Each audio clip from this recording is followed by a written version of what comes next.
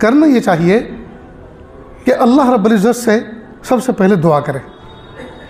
सबसे पहले मेरे प्यारे अल्लाह मुझे गुनाह से बचा लीजिए। दूसरा, गुनाहों के नुकसानात को समझें, गुनाहों के नुकसानात को पढ़ें और गुनाहों के नुकसानात को अल्लाह वालों की ज़ुबान से सुनकर उसकी बुराई को अपने दिल में बिठाएं। छोटे छोटे बच्चों को भी पता है जहर से मौत वाक़ई हो जाती।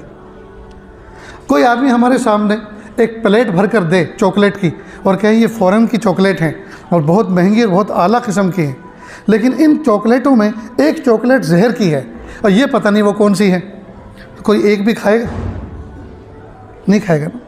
हालांकि हर एक में जहर नहीं है, लेकिन इम्कान तो है ना।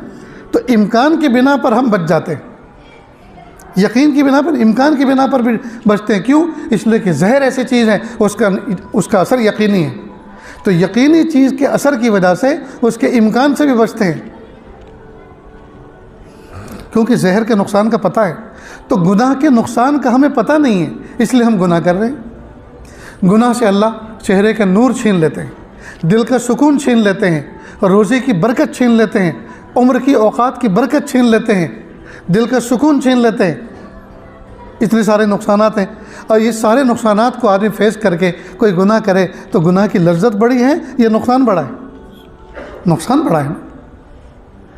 और नेकी का फ़ायदा ये है कि अल्लाह ताला चेहरे का नूर देते हैं, दिल का सुकून देते हैं, रोज़ी में बरकत देते हैं, उम्र में बरकत देते हैं, कामकाज में अल्लाह बरकत अता फरमाते हैं।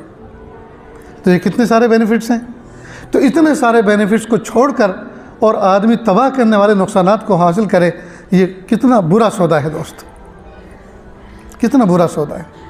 इसलिए गुनाहों के नुकसानात को पढ़ें भी, गुनाहों के नुकसानात को सुने भी, नेकियों के फ़ायदे को पढ़ें भी और नेकियों के नुकसान नेकी करने के जो फ़वाइद हैं उनको पढ़ें और उनको सुने और फिर उनको करें। फिर देखिए इंशाअल्लाह ज़िंदगी में कैसे सुकून आता है।